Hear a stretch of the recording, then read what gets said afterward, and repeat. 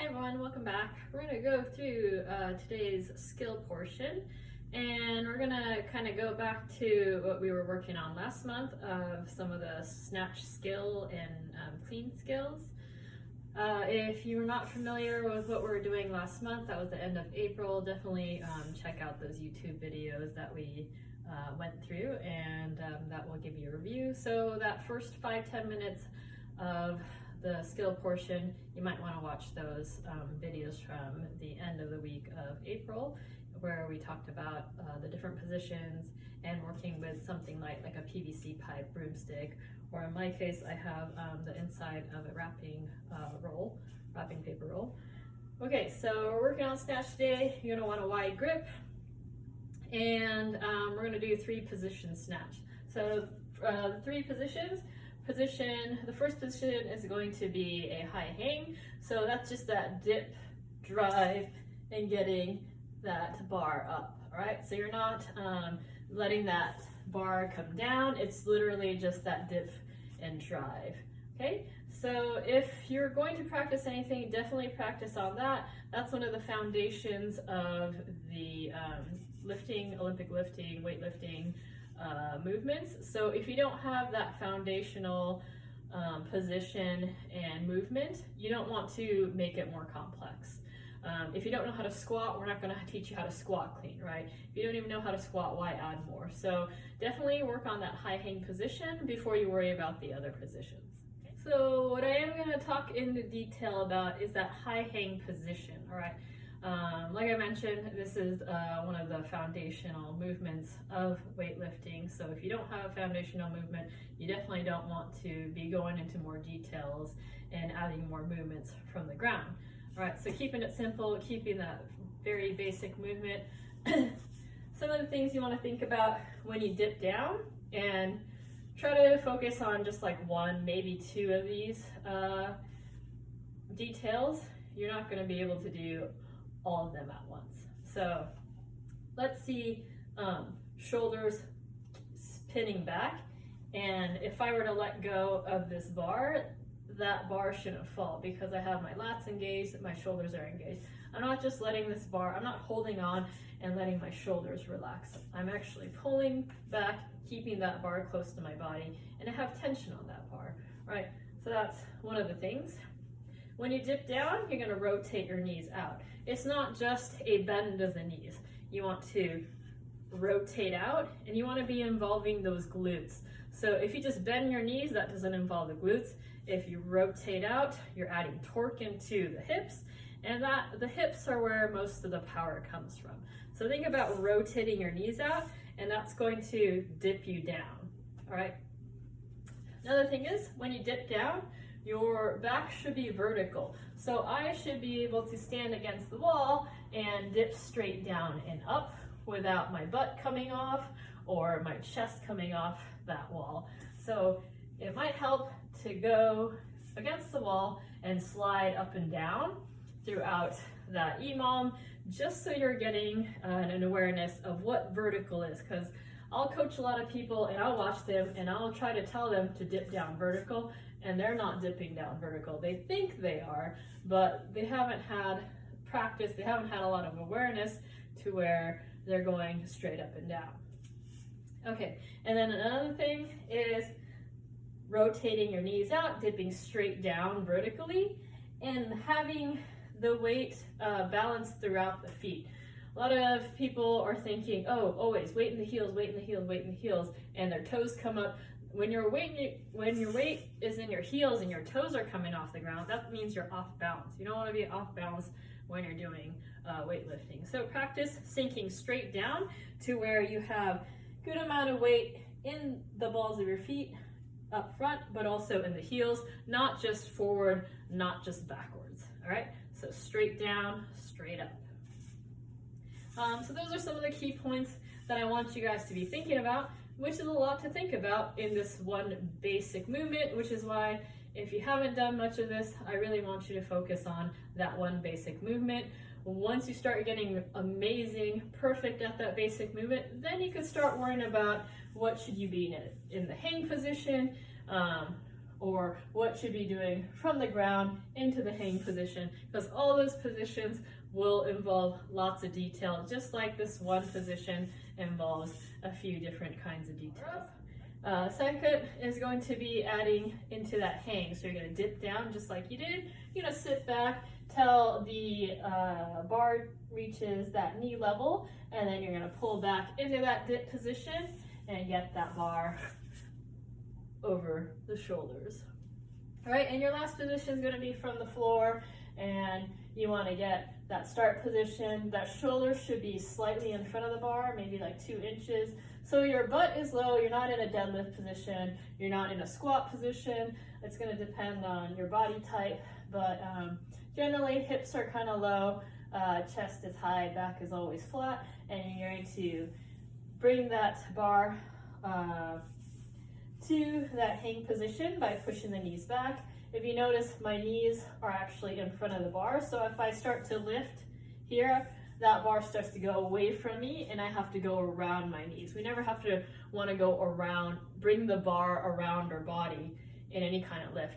Ideally, in a perfect world, that bar is going to come up in a straight line, because the best way to get from point A to point B is a straight line. So we need to maneuver our bodies so that the bar can come up in a straight line. So I get my knees out of the way. I pull back into the hips until my back is pretty vertical. I drive full extension, get those hips open, and I pull into getting the bar over my shoulders. All right, so those are the basic 3 positions. And then you're gonna work through an EMOM of hitting these 3 positions, just 1 rep each, making sure that each rep is close to perfect or as best as you can, and not rushing into these movements, trying to make it a workout. So definitely don't rush them. Each rep, try to make it better than the last. If there's any mistakes, learn from it and try to correct it in the next set. All right, so that's the goal of the skills / technique in this first portion. And then we're gonna move on to the Metcon. For the Metcon today, we're gonna keep it pretty simple. For a lot of us, we did a long workout on Monday, like Murph, and we're going to take the rest of the week pretty easy while we transition into the next week. All right, so don't be expecting super hard, heavy, long workouts this week. It's sort of a transition week where we're keeping things pretty easy, not taxing the body a lot. Today's workout is going to start with 50 double unders, and if you have space where you can do double unders, you're going to jump 2 rotations with 1 jump. Modifications for that, you could always do double under attempts, and depending on how good you are with those attempts, you could do more or less. If you can't do any of them at all, maybe do a little less, like 10 attempts, and that's going to take you about a minute of work. And you can move on to the next movement. Another thing is penguin jumps, which is very similar in the type of cardiovascular work you're getting, which is 1 jump, 2 taps, and you could do that 50 times. If jumping is an issue, you could step on and off an object and just keep your heart rate up that way. Okay, so we got 50 double unders to start, and then you're gonna go on a 200-meter run. If you don't have an area to run, you could do about a minute of cardio. So you got your 50 double unders, and maybe you could shuffle around for about a minute, just going back and forth. You could do some high knees. You could always mix it up, because I find it very boring to do a full minute of just toe taps or high knees. So I'll mix in a little bit of everything, get my heart rate up for a minute. All right, so we got the 200-meter run, and then we got Russian kettlebell swings. So we're gonna go into 40 Russian swings. You're gonna sit your hips back, keep that back flat. You wanna keep that kettlebell tight to your body, and then you want to drive with your hips to get that kettlebell up. Make sure that you're engaging your lats. One thing you could do is you could hold something between your armpits, making sure that those lats stay engaged, and that way if I let go, I know when that object falls, I let go of my lats. So, good way to test if you're doing good Russian swings, keeping those lats engaged, is holding something between those armpits. And that way you're not lifting with your shoulders. See how when I lift with my shoulders, that object's gonna come out. Kettlebell swings are all about using the hips. That's what we're going for. So make sure you're really trying to use your hips and not pull your shoulders and getting those shoulders up. After your 40 Russian swings, you're gonna do another 200-meter run or about a minute of cardio, whatever you did, whatever you've been doing. And then you're gonna go into 30 dumbbell plank pull-throughs.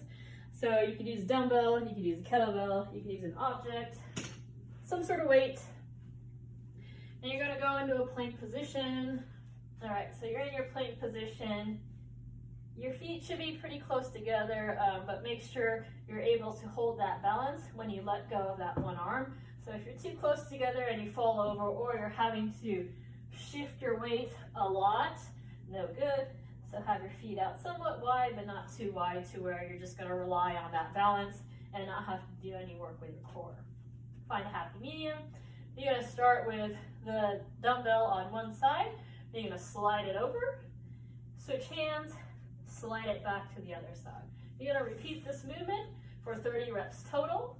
All right, so 30 total, 15 each side there. You're gonna go for a quick run or a quick cardio, and then we're gonna go into 20 sit-up get-ups. If you modify Murph with sit-ups and your abs are sore, maybe don't do this movement. You can find something else, burpees, deadlifts, something other than sit-ups. All right, but a sit-up get-up is gonna require you to have pretty good mobility, so you could sit up out of that, or stand up out of that sit-up position. You're going to sit up first, and then you're going to come onto your feet and come to a full stance. All right, and then jump to finish. So in real speed, it will look like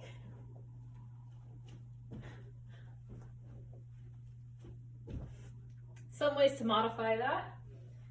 It's always easy to have a counterbalance. So I could sit up with this, or I could have it at my feet. All right, so we see that weight there. And I could use that counterbalance to get myself up. Or you could even have it out front, help you with your sit-up. If you do a weighted sit-up, that's gonna be a little bit harder. But like I said, having that counterbalance can help you get up. You could use your hands.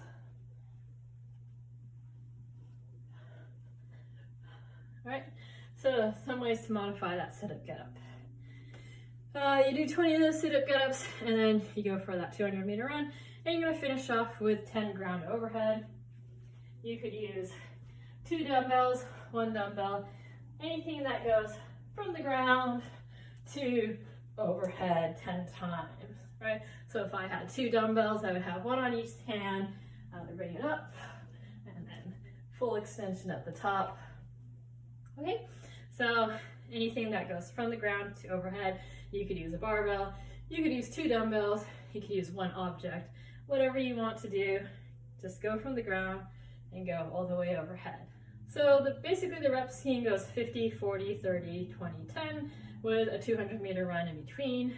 And don't worry about how hard this workout is. Again, this week will be taking it pretty easy, so don't look too much for like really long, hard workouts, because we already did that on Monday. If you didn't get a chance to do it on Monday, you could definitely do it on another day. So if you didn't do Murph on Monday, you can find another day to do it and skip out on one of these workouts. Okay, so hopefully you found that video helpful, and we'll be seeing you again soon. Thanks for watching, everyone.